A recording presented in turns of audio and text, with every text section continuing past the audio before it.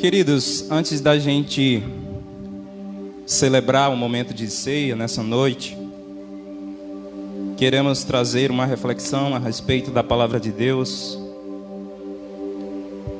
Queria que, por favor, você abrisse a sua Bíblia no livro do profeta Malaquias, capítulo 4.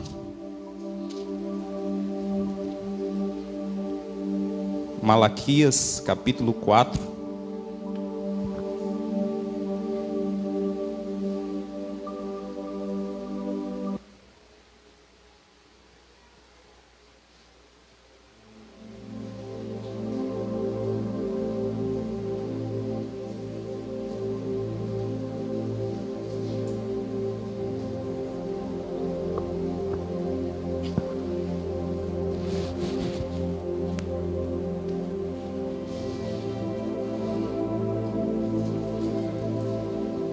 Muito feliz por ver essa igreja repleta de pessoas hoje. Glória a Deus.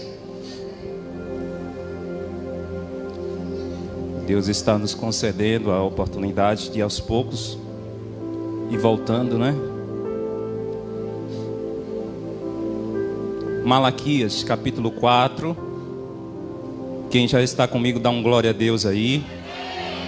Aleluia. Santo, santo é o Senhor. Aleluia. Bem-vindo, Espírito Santo de Deus, neste lugar. Diz assim, a partir do versículo 1, todo o capítulo 4. Pois eis que vem o dia, queimando como fornalha, todos os soberbos e todos os que praticam mal serão como a palha. O dia que vem os queimará, diz o Senhor dos Exércitos, de modo que Ele não lhe deixará nem raiz, nem ramo. Mas para vocês que temem o meu nome, nascerá o sol da justiça, trazendo salvação nas suas asas. Vocês sairão e saltarão como bezerros soltos da estrebaria. Vocês pisarão os ímpios, pois eles se farão cinzas debaixo das plantas dos vossos pés, naquele dia que preparei, diz o Senhor dos Exércitos. Lembrem-se da lei de Moisés, meu servo, a qual lhe prescrevi em Horebe para todo Israel, a saber, os estatutos e juízos. Eis que eu lhes enviarei o profeta Elias, antes que venha o grande e terrível dia do Senhor. Ele converterá o coração dos pais aos seus filhos e o coração dos filhos aos seus pais, para que eu não venha e castigue a terra com maldição. Amém, queridos? Quero compartilhar nessa noite uma reflexão com o tema: o sol da justiça nascerá. Você pode dizer para alguém que está aí perto de você: o sol da justiça nascerá. Aleluia, glória a Deus. Talvez essa mensagem não seja mais uma daquelas mensagens que a igreja glorifica, mas eu não tenho nenhuma pretensão em trazer mensagens que incitem a glorificação, mas a minha preocupação é em trazer mensagens direcionadas pelo próprio Pai. Às vezes a gente vem para a igreja, né, esperando aquelas mensagens de prosperidade que nos faz levantar da cadeira, mas eu continuo dizendo que as mensagens mais importantes são aquelas que nos causam impacto e causam dentro de nós um desejo de mudança, de ser cada dia mais aperfeiçoado no poder do nosso Deus. Se eu tenho alguma prosperidade para pregar para você nesses dias, é vida eterna, vida abundante com Deus, intimidade com Deus. Queridos, o profeta Malaquias é um profeta pós-exílio, ou seja, após o cativeiro babilônico do povo de Israel. Interessante destacar que aquele povo obstinado,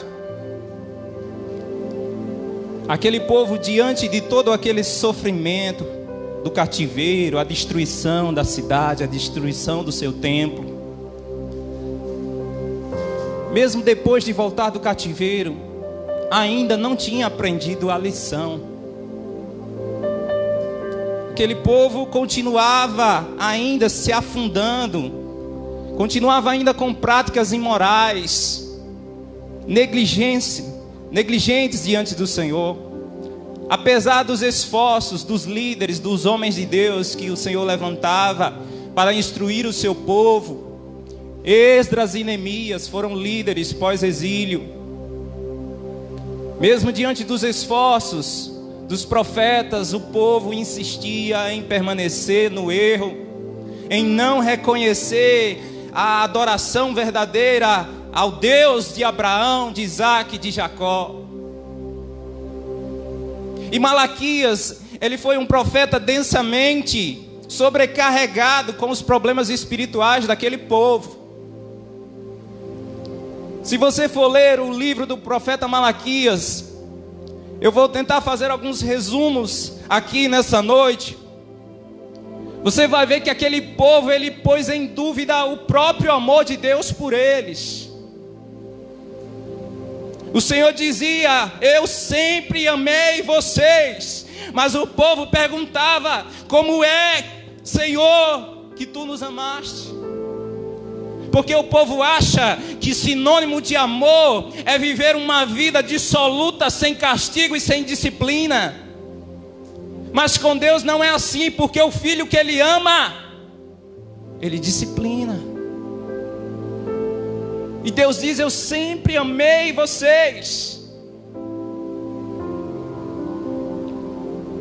Os sacerdotes daquele povo desprezavam a santidade do templo de Deus e de seus memoriais. Deus dizia: o filho honra o pai, o servo respeita o seu senhor. Deus dizia: se eu sou pai, onde está a minha honra? Onde está a minha honra? Se eu sou o Senhor de vocês, onde está o respeito de vocês para comigo? Eu sou o Senhor dos exércitos e pergunto isso a vocês, sacerdotes, que desprezam o meu nome. Mas os sacerdotes perguntavam: em que, Senhor, nós temos desprezado o teu nome? E Deus começa a dizer: vocês oferecem no meu altar pão impuro, vocês sacrificam no meu altar animais coxos, doentes. O Senhor diz: eu não tenho prazer no sacrifício de vocês e não aceitarei as suas ofertas. Estava acontecendo ainda no meio daquele povo uma infidelidade e casamentos mistos, ou seja, o povo de Deus estava se misturando com outros povos que adoravam a deuses pagãos.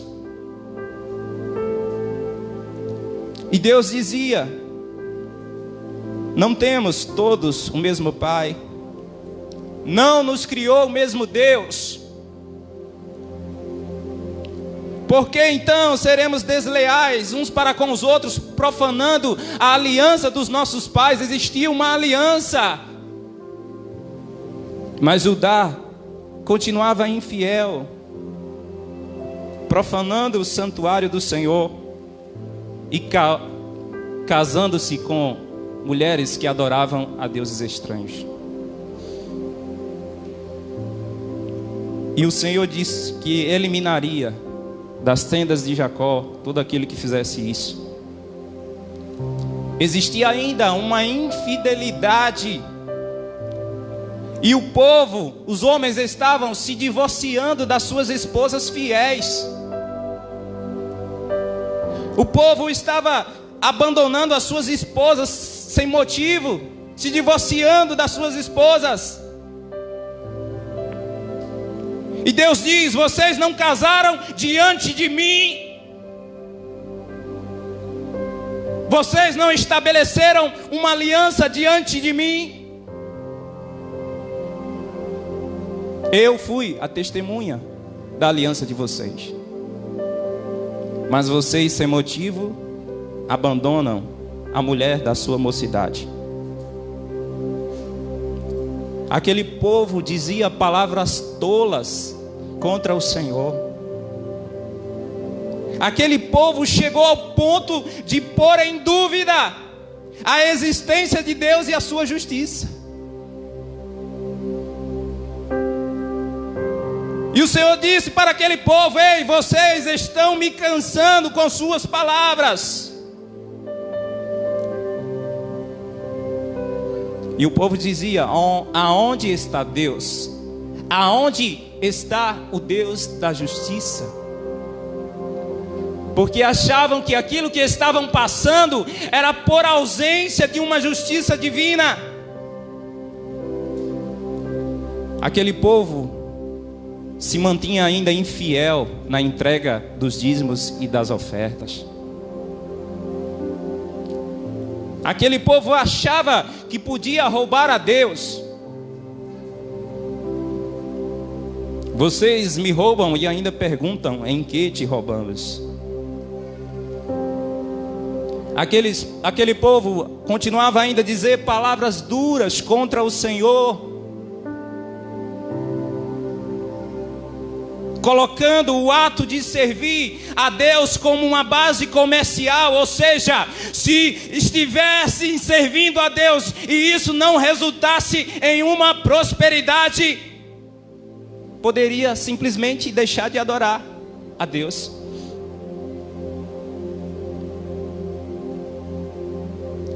Aquele povo dizia palavras duras contra Deus.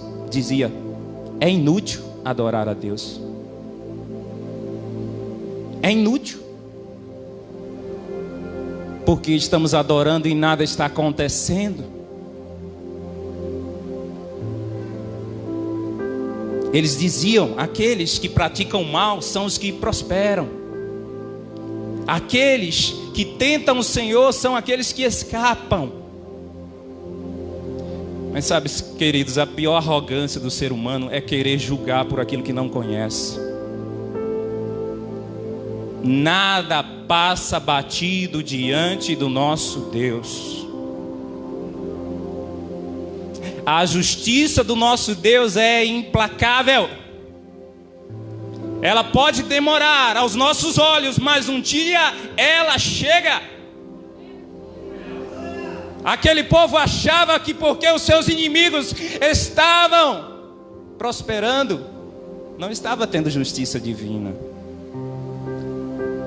Ah, meus irmãos, e aí no capítulo 4 é que o profeta vai dizer aquilo que aguarda. Aquilo que nos aguarda. Então Malaquias, ele conclui as suas mensagens apontando para o grande dia do juízo final. Ele começa dizendo: eis que vem o dia. Eis que vem o dia queimando como fornalha. Sim, ele está falando aqui do dia do Senhor, aquele mesmo que Joel falou lá no capítulo 2, o grande e terrível dia do Senhor.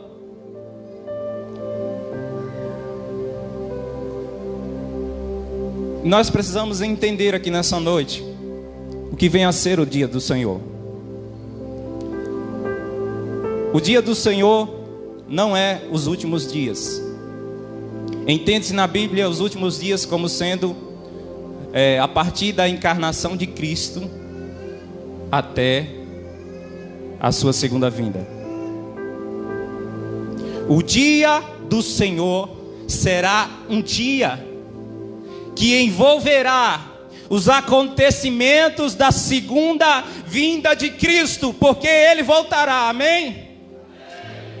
Então o dia do Senhor envolverá os acontecimentos da segunda volta de Cristo. Será um dia em que Cristo vai trazer paz para os fiéis, mas que Deus vai trazer justiça para os injustos. E por isso que esse dia será grande e terrível. Ou seja, será um dia de aproximadamente 1000 anos, para ser mais preciso. Pedro, ele conecta o dia do Senhor, quando ele diz lá que um dia para o Senhor pode ser como 1000 anos. Não, esse não será um dia de 24 horas como conhecemos. Esse será um dia extremamente longo.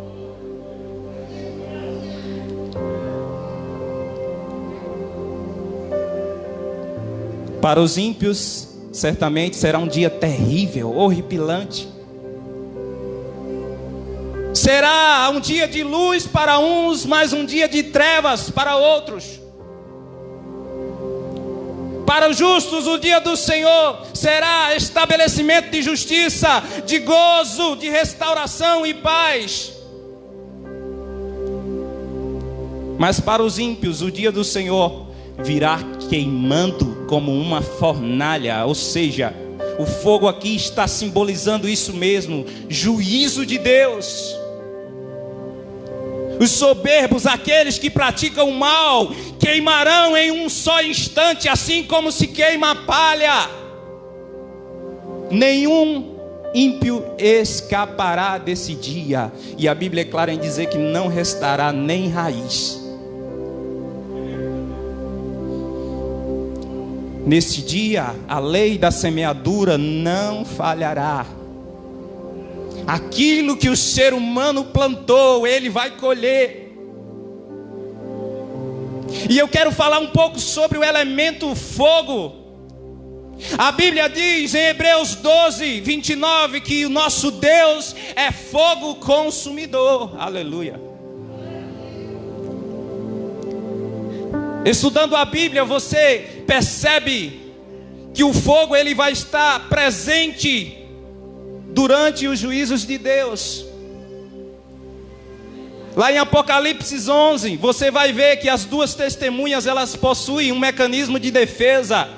Ela tem o poder de soltar fogo pela sua boca, como defesa àqueles que atentam contra elas.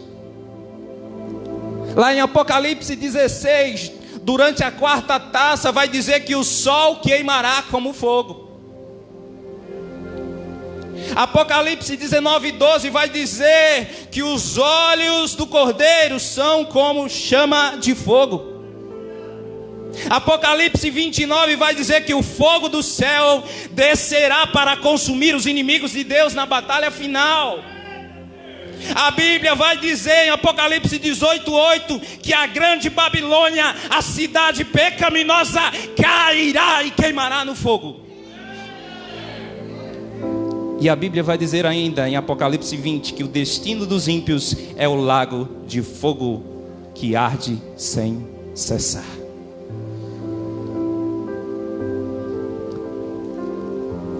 Mas, irmãos, o elemento fogo, o fogo de Deus, também é elemento de justiça e purificação. Aleluia. Malaquias 3, 2 e 3 vai dizer: quem poderá suportar o dia da sua vinda? E quem poderá subsistir quando ele aparecer? Porque ele é como o fogo do ourives e como o sabão dos lavandeiros. Ele se assentará como derretedor e purificador de prata. Aleluia. Queridos, o calor do fogo do ourives, você conhece o fogo do ourives? O calor do fogo do ourives, ele é intenso o suficiente para separar as impurezas do metal puro que já está fundido. Da mesma forma, o sabão do lavandeiro, ele tem uma concentração de soda suficiente em sua composição para arrancar uma mancha mais difícil que esteja sobre uma roupa. E essas roupas eram colocadas em rochas e eram batidas com vara.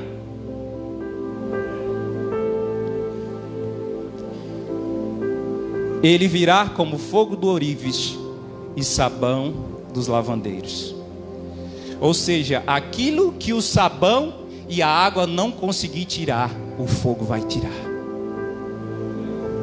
Tem coisas que só o fogo purifica.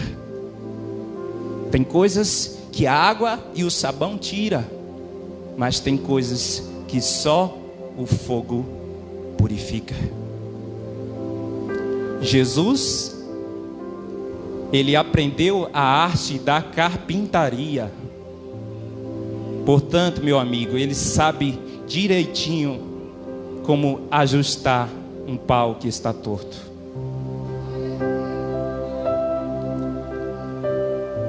Mas para os justos, ele será como o fogo do ourives e o sabão dos lavandeiros.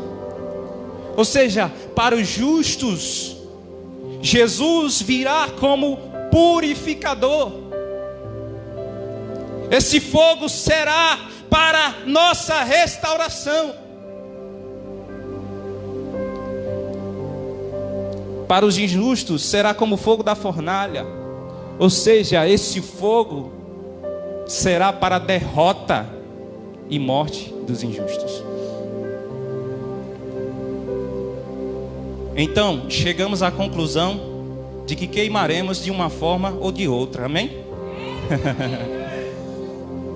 Seja você justo ou injusto, vai ter que passar pelo fogo, aleluia.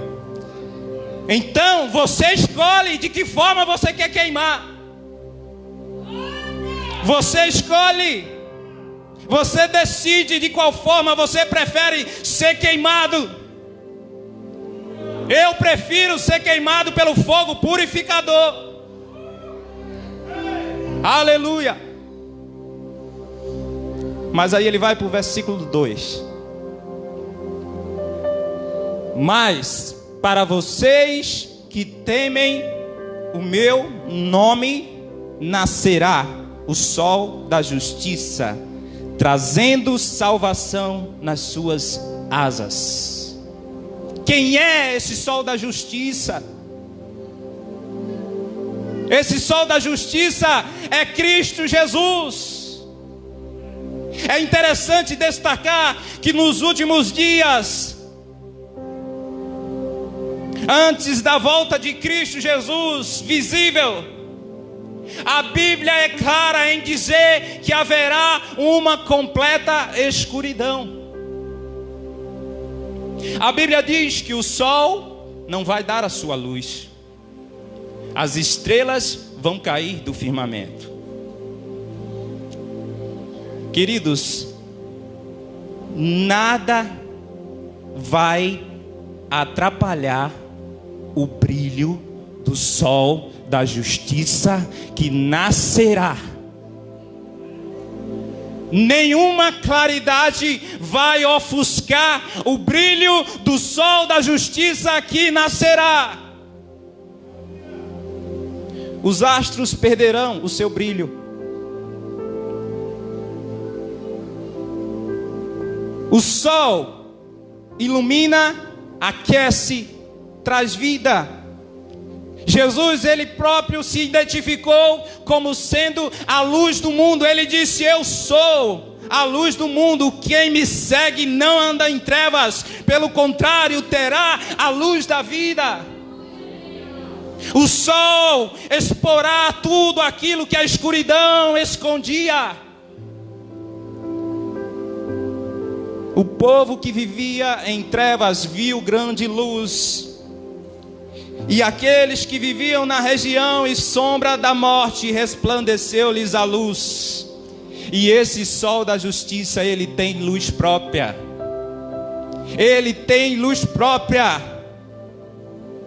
Interessante que sem sol não há vida. O sol, ele é importante para a manutenção da vida. Porque precisa existir uma temperatura ambiente ideal para a existência da raça humana. E a Terra, ela fica em uma posição tão estratégica que ela não fica nem tão perto do Sol e nem tão longe. Porque se ela ficasse longe, talvez seria um planeta muito frio e os seres humanos não sobreviveriam. Da mesma forma, se a Terra ficasse muito próxima do Sol, também não sobreviveríamos à intensidade do calor. Mas Deus, como é perfeito em tudo que faz, nos colocou em uma posição ideal. Portanto, da mesma forma que o sol físico que nós vemos todos os dias nascendo, ele é importante para a manutenção da vida, Jesus é muito mais importante para a manutenção de uma vida eterna, de uma vida abundante, de uma vida preciosa. Ele será como o calor curativo do sol para aqueles que lhe amam e lhe obedecem. Depois que Jesus voltar, a Bíblia vai dizer que não precisaremos mais da função do sol físico. Isaías, lá no capítulo 60, ele vai dizer: nunca mais o sol será sua luz durante o dia, e o resplendor da lua nunca mais a iluminará, pois o Senhor será sua luz perpétua, e o seu Deus será sua glória. O seu sol nunca se porá, e a sua lua nunca minguará, porque o Senhor será sua luz perpétua, e os seus dias chegarão, os dias de luto chegarão ao fim. E a Bíblia diz que ele nascerá como o sol da justiça, trazendo salvação nas suas asas. Os raios do sol desapontarão, ofuscando toda a treva com aparência de asas. Ele vai vir, a sua igreja vai subir para junto dele, junto às nuvens. Ele virá para nos salvar do terror dos últimos dias e estabelecer um reino eterno.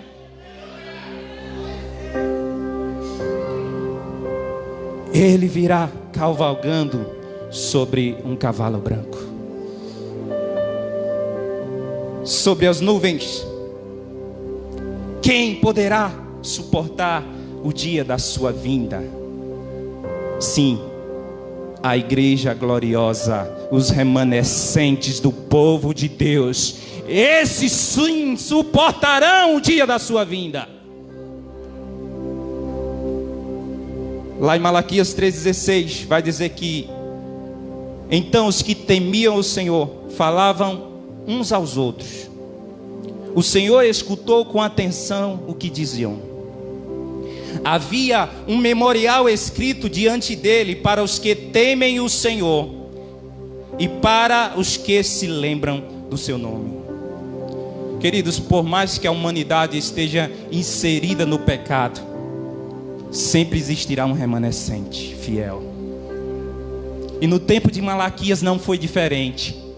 Existia ali um remanescente fiel, que temia, que reverenciava o nome do Senhor. E o Senhor faz promessas a esse remanescente. O Senhor diz que há um memorial escrito no céu diante dele para aqueles que temem ao Senhor. E Apocalipse capítulo 20 vai dizer que esse memorial é o livro da vida. Nele está os registros dos salvos. Tudo aquilo que você faz por amor a Ele está sendo registrado.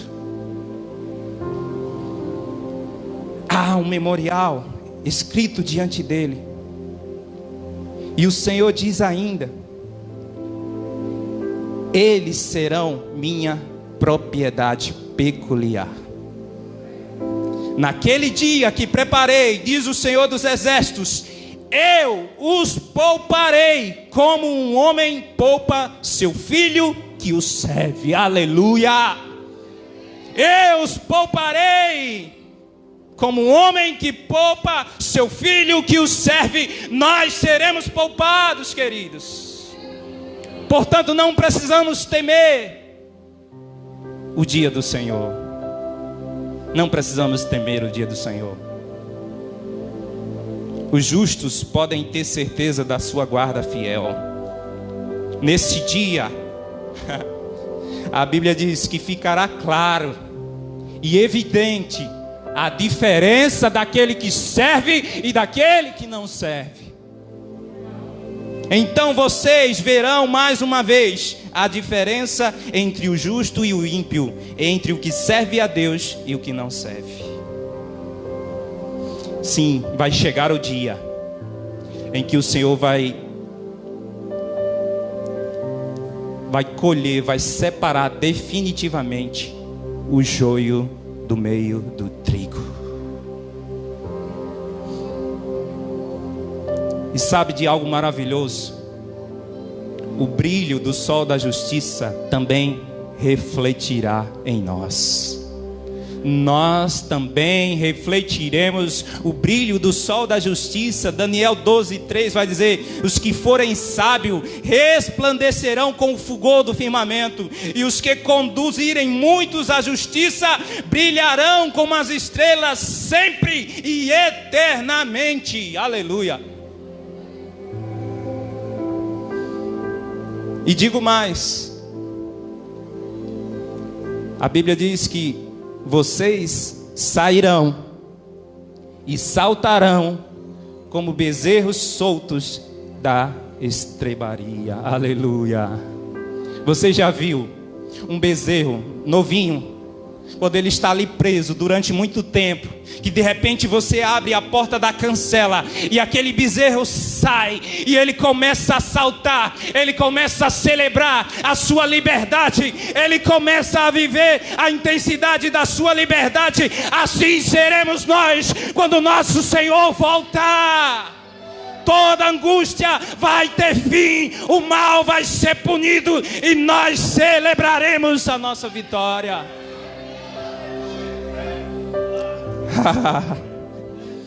Aleluia.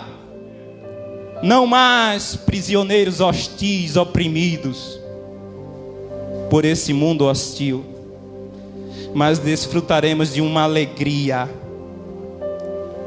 tremenda nesses dias. E o profeta diz mais: vocês pisarão os ímpios, pois eles se farão cinzas debaixo das plantas dos pés de vocês. Naquele dia que preparei, diz o Senhor dos Exércitos. Eita, e agora? É isso mesmo? O profeta está dizendo que nós vamos pisar os ímpios? Sim, é isso mesmo. Os ímpios se tornarão cinzas debaixo dos nossos pés. Queridos, a Bíblia fala sobre o lagar da ira de Deus, que o Cordeiro vai pisar esse lagar. Apocalipse 19:15 vai dizer assim: da sua boca saiu uma espada afiada, ou seja, está falando de Cristo montado sobre o cavalo branco. Da sua boca sai uma espada afiada para com ela ferir as nações. Ele mesmo as regerá com cetro de ferro. Ele mesmo é o que pisa o lagar do vinho do furor da ira do Todo-Poderoso. Pois é, irmãos, Deus se ira. Deus se ira. E Ele diz: a vingança pertence a mim. A vingança pertence a Ele, não a nós. Não entendam mal, eu não estou defendendo vingança.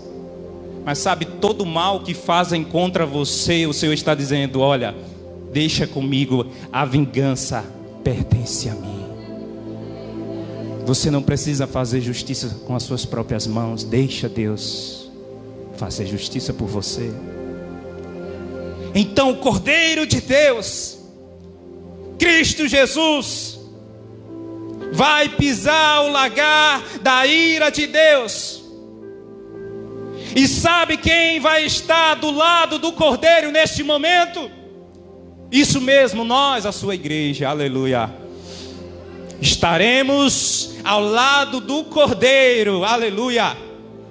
Estaremos ao lado do Cordeiro, porque Ele vai voltar, Ele vai arrebatar a sua igreja para junto dEle, e nós marcharemos ao lado do nosso Mestre, ao lado do nosso Senhor. Agora nós estaremos em uma posição de noiva, ao lado do seu noivo. Nós vamos acompanhar as suas ações.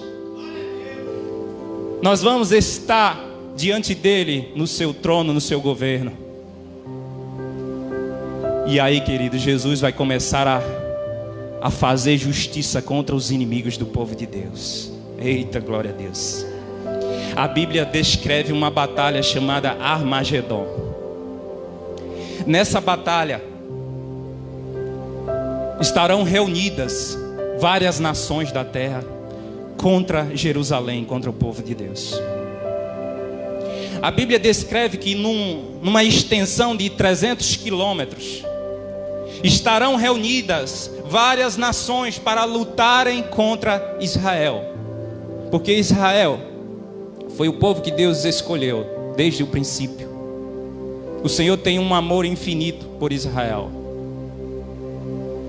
Nós somos gentios, fomos enxertados na videira e também nos tornamos cidadãos dos céus, assim como Israel.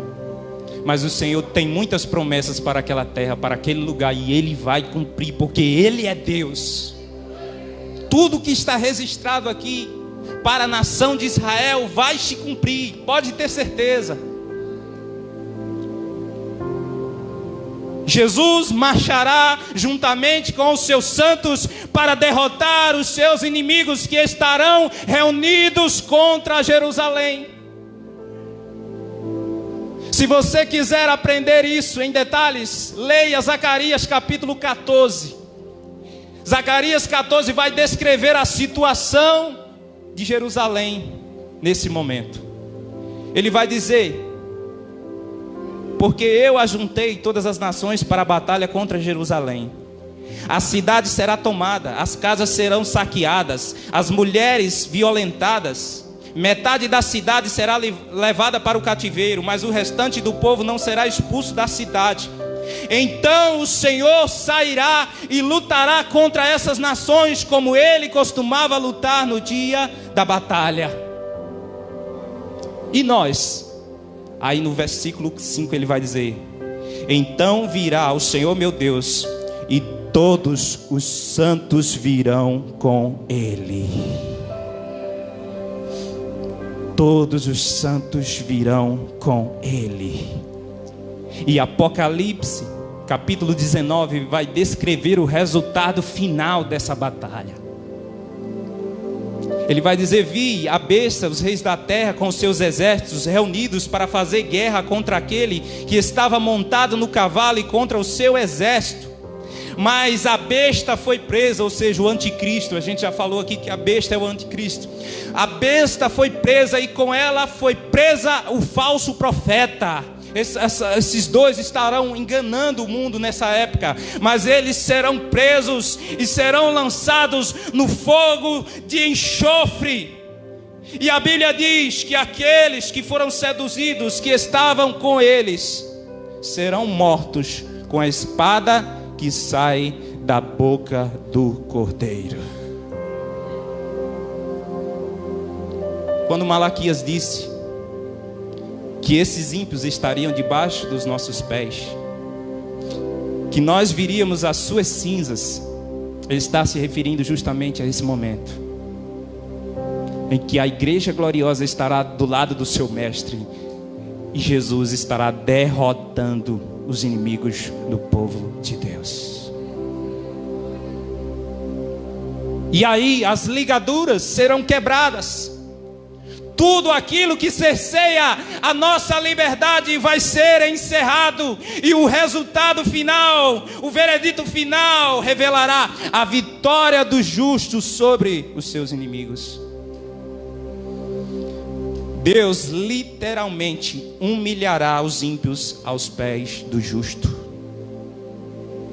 Paulo, ele vai dizer lá no capítulo 15 de 1 Coríntios: então virá o fim, quando ele entregar o reino de Deus, do Deus e Pai, quando houver destruído todo o principado, bem como toda a potestade e poder, porque é necessário que ele reine até que tenha posto todos os inimigos debaixo dos seus pés.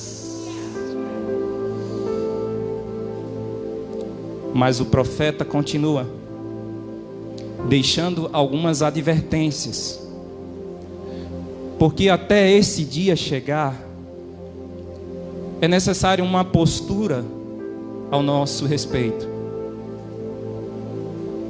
E o Senhor alerta, como sempre. O Senhor diz aquilo que Ele vai fazer, e Ele dá os alertas para o seu povo. Aí Ele vai dizer a partir do versículo 4: lembre-se da lei de Moisés, meu servo. Lembre-se da lei de Moisés. Deus está nos advertindo, igreja, a estarmos sempre com a sua palavra fixas nas nossas mentes, a nunca nos esquecermos da sua palavra, porque aquele povo estava padecendo porque esqueceu aquilo que o Senhor revelou a Moisés, esqueceu como era que se oferecia sacrifício diante de Deus, esqueceu como era a sua postura. E a palavra não mudou, continua sendo a mesma direção para nós. Enquanto existe esperança antes do veredito final, o Senhor diz: não se esqueça da sua palavra. Volte-se para a palavra.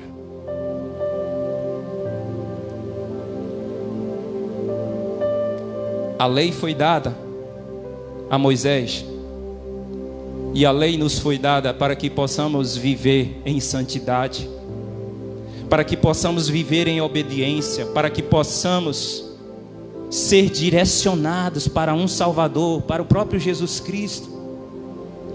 E essas leis, elas estabeleciam promessas, estabeleciam bênçãos e maldições. Quem escolhesse a obediência receberia as bênçãos, mas quem escolhesse a desobediência receberiam as maldições.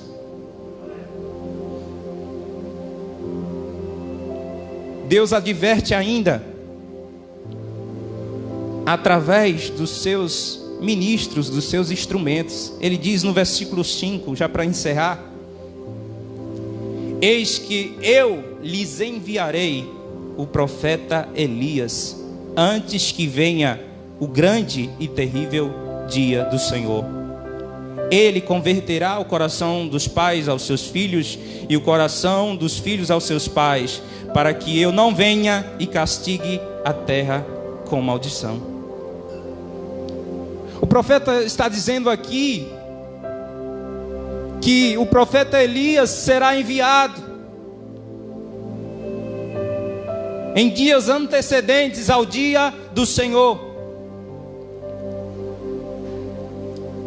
Alguns teólogos, eles acreditam que esse Elias, que essa profecia se cumpre através de João Batista.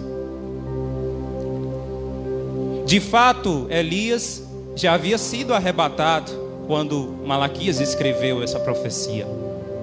Elias já estava no céu, já havia sido arrebatado.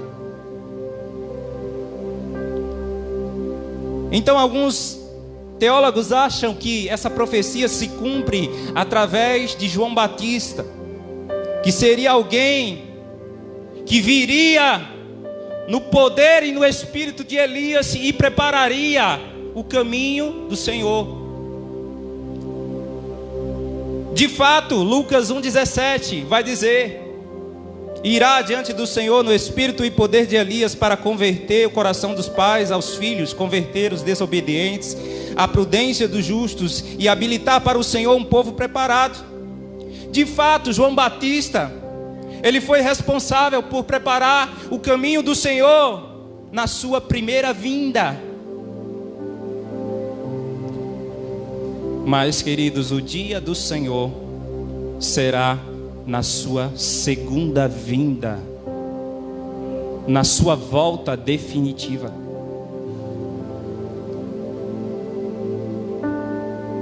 O texto é claro em referir-se a momentos antes do grande e terrível dia do Senhor. Ou seja, isso parece nos descrever momentos antes da segunda vinda do Senhor. Interessante que Jesus, ele fala o seguinte lá em Mateus 17:11. E Jesus respondeu: de fato, Elias virá futuro e restaurará todas as coisas. Aí ele fala no 12: eu, porém, lhes digo que Elias já veio e não o conheceram. Pelo contrário, fizeram com ele tudo o que quiseram. Assim também o Filho do Homem irá sofrer nas mãos deles. Ou seja, Jesus está dizendo que Elias virá e Elias já veio.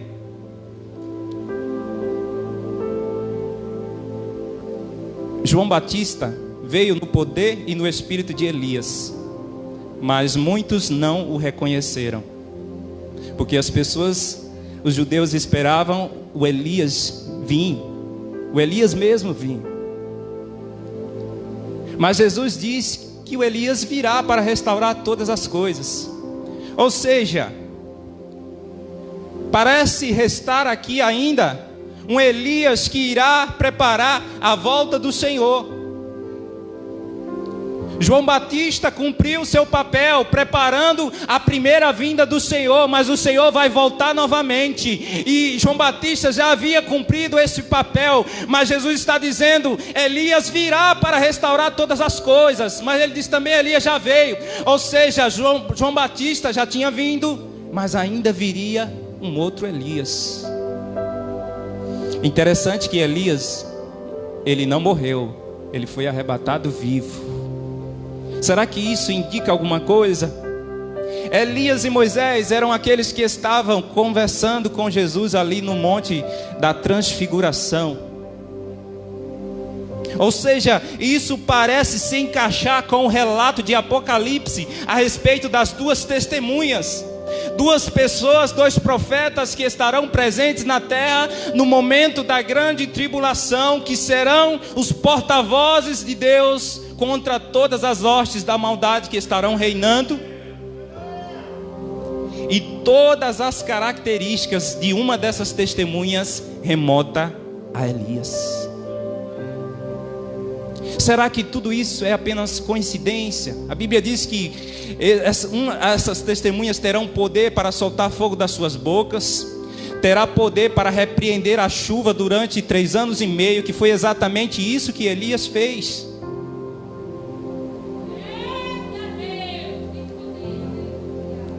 Eu creio que Elias voltará. E ele ajudará as pessoas a se prepararem para o dia do Senhor.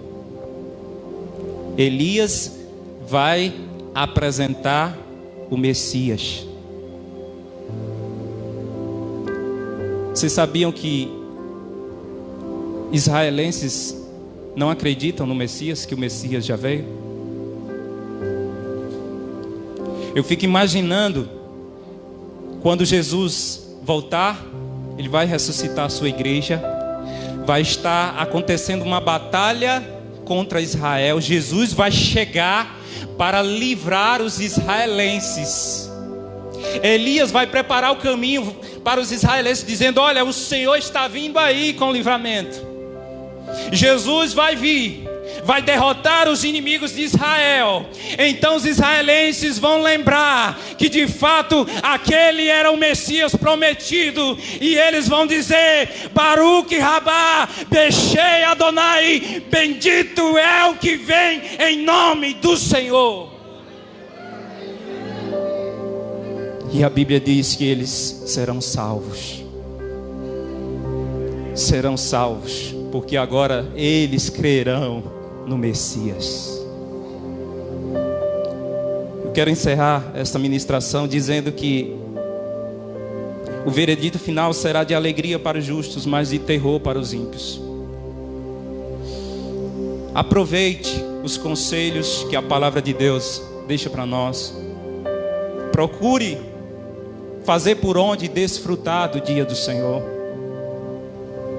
Procure fazer por onde está inserido entre aqueles que irão reinar com seu mestre. As trevas, sim, atingirão o mundo nos últimos dias, mas como eu já disse aqui, as trevas valorizarão ainda mais o brilho dos justos de Deus. O sol da justiça aparecerá no céu, e ele colocará todas as coisas no seu devido lugar. Amém? Fique de pé, em nome de Jesus. Nós já vamos estar nos preparando para o momento de ceia.